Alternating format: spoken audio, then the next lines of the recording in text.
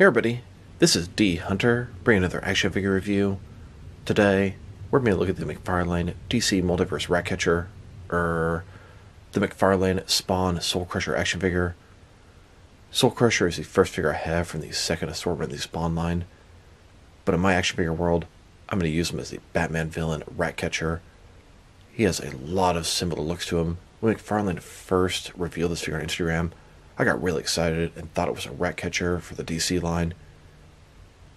Ratcatcher wore a green outfit, had a green sort of cape or jacket flowing behind him. He had a gas mask on the front, and this guy is going to be a great substitute for Ratcatcher. In addition to that, I collect the Spawn line, so he'll be great for Soul Crusher and double it for two purposes. So let's go ahead and check out the packaging. As you can see at the top, ages 14 plus. This is not a toy. I always think it's hilarious McFarlane puts that on their figures.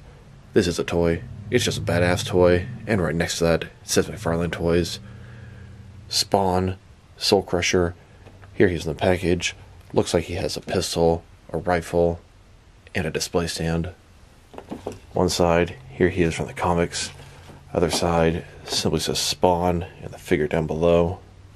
At the bottom, got a bunch of credits, and there is a barcode, in case that helps anybody.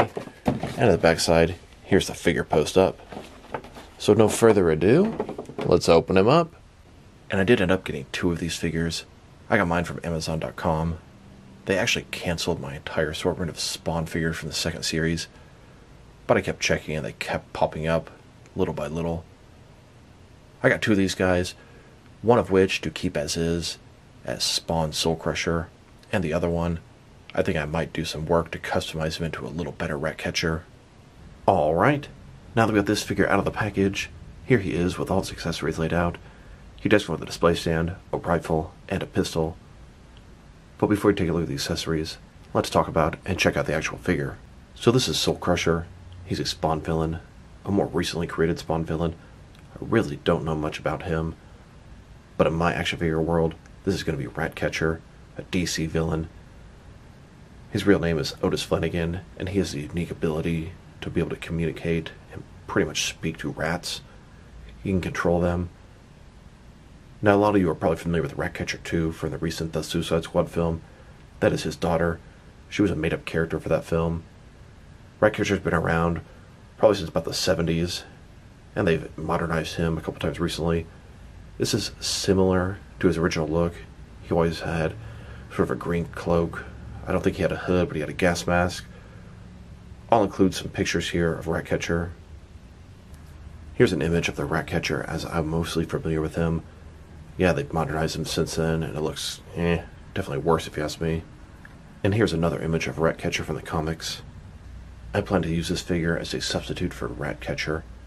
He's a McFarlane Spawn figure, so it should have fit in great with McFarlane DC Multiverse figures. It's not a perfect fit, but to me, this is how a modernized Ratcatcher should look in the comics. They kind of went in a different direction. Since my collection is predominantly Batman related, happy to check another unique Bat Rogue, and he's been around for quite a while off the list. So let's take a look at him. Start with his head here. He's got this gas mask with a tube going all the way attached to his back. He's got this green hood, cape, sort of cloak. It's nicely textured. Paint job's pretty good. This thing attaches to his back. A little sort of box on his belt. He's got this sort of armored vest on top of his gray clothing. Looks like some stuff strapped. Pouches. Holster for his pistol. Really like what I'm seeing so far.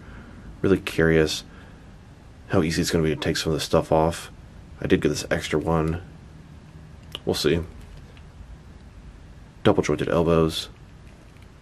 Double jointed knees. This is going to be a fantastic addition to my Batman Rogues gallery. And just a closer look at his face or head sculpt. He has this gas mask on. It's under the hood.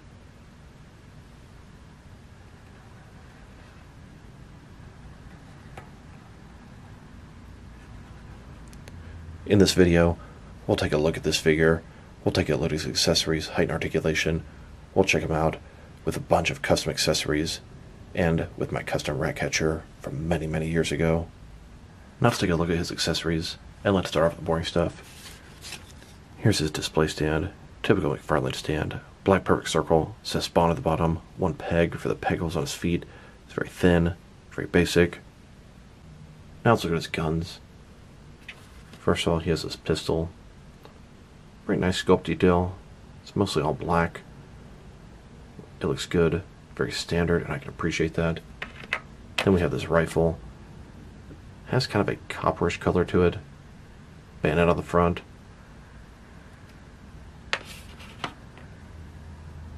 Here he is, holding his pistol.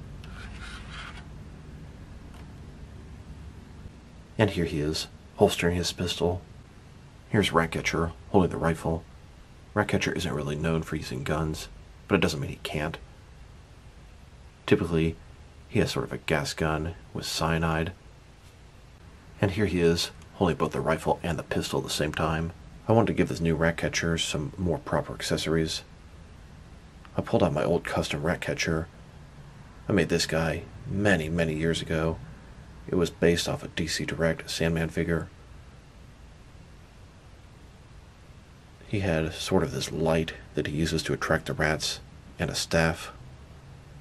They may or may not work for this Ratcatcher. Let's find out. And you know what? Not too bad. Works pretty good for a more 10-year-old custom makeshift light. Enhances Ratcatcher. Wire even goes sort of behind him, tucks into the same place that his tube from his mouth goes into. Unfortunately, the staff was far too small. And here's some big sort of stick type thing for my fodder pile. Seems to work good for a makeshift staff for him. So now that we have some extra accessories, we need to add in some rats. So I have this diorama base. I believe it came with a Mezco Silent Screamers horror type figure. In addition to that, I've cobbled together 19 different rat action figure accessories. These are just from collecting over the years. Put two and two together, and here you have it. Here's a Ratcatcher in the sewer with an absolute army of rats underneath him at his command. I've been waiting for this day for a long time. I know McFarlane will never make a Ratcatcher in their DC Multiverse line, but this is the next best thing. This is Ratcatcher. He has those familiar attributes, but he's modernized to fit in with my current collection. Love it. 2 thumbs up. Now that we've taken a pretty good look at the figure, his accessories, and some other accessories you can use to enhance this guy, now let's check out his height. From bottom to the top of his head, he's standing at about 7.1 inches tall, which could translate to about 18 centimeters. Now let's check out his articulation. Starting with his head here. Now, I did notice underneath, his head and neck is one solid piece. Most McFarlane figures have the neck as part of the body and the head attached separately, but it's done that way so you can move him with his hood. Now, complete rotation here. The hood itself moves, which is done pretty well. Look up and down about that far. Can tilt his head just a little bit from side to side. As far as the hood restricting everything, yeah, it's just the way it is, but they did a really good job, all things considered. Shoulder on a ball joint, goes out more than 90 degrees, up, down, around, all that good stuff. There's a butterfly joint between his shoulder and chest area, increasing the range of motion. It's got the same thing here, but you can't see it as well. Bicep cut below that. Double jointed elbows, they go all the way in.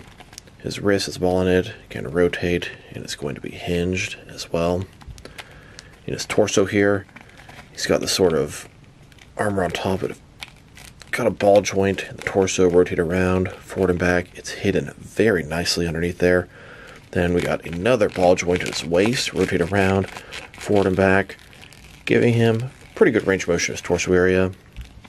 His legs goes out pretty far, does the splits, not a ball joint. Similar type concept, McFarlane standard there. The rotation, pretty much non-existent here. Legs go forward about that much, back, not too much. Double jointed knees. Then his ankle here, forward and back, can rotate, can tilt, rock, and he has toe articulation. Now he seems to have the typical McFarlane ankle here, but he has a rotation above, very oddly done.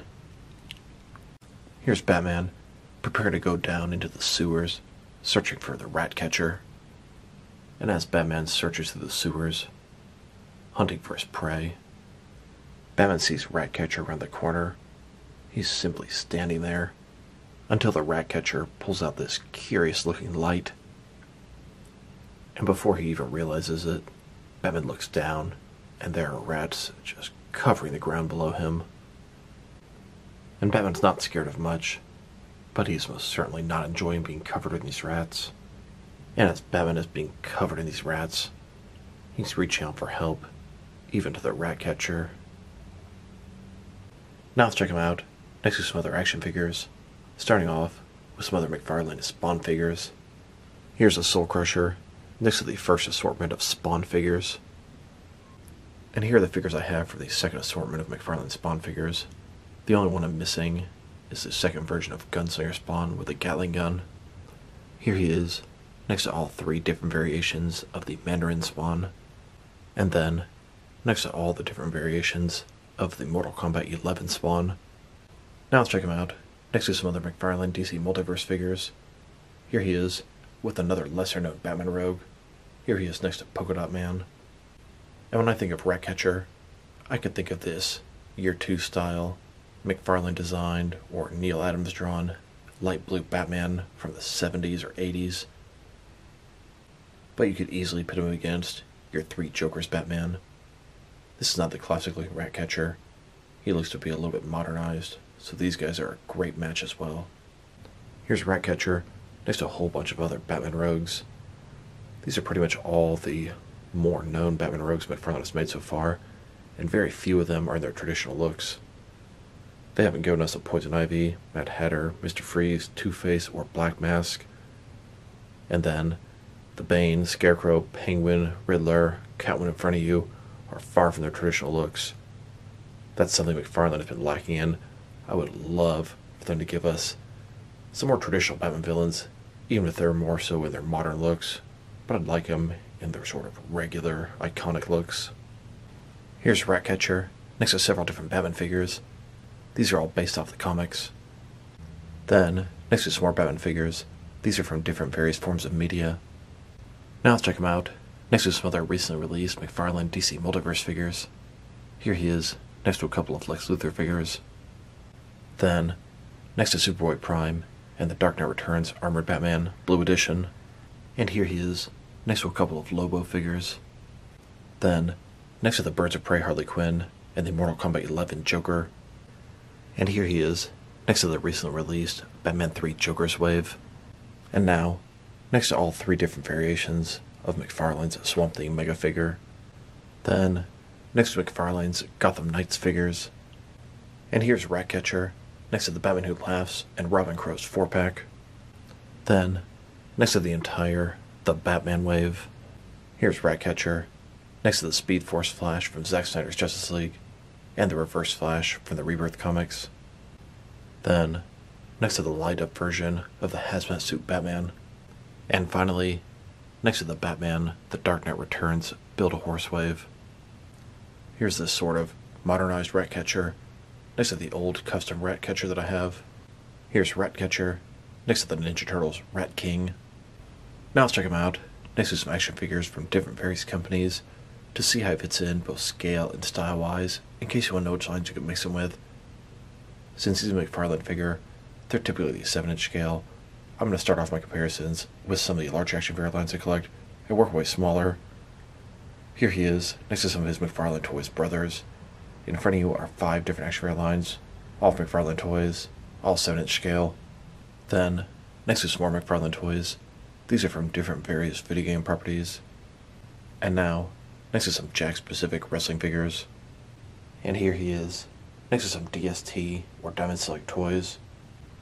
Then, next to some DC Direct and DC Collectibles figures. And here he is, next to some NECA figures. Then, next to some Mattel wrestling figures. And now, next to some Jazzwares AEW wrestling figures. And here he is, next to some Mezco 112 collective figures. Then, next to some Mattel, DC Universe Classics, and Multiverse figures. And here he is, next to some Mafex figures, Then, next to some Hasbro Marvel Legends.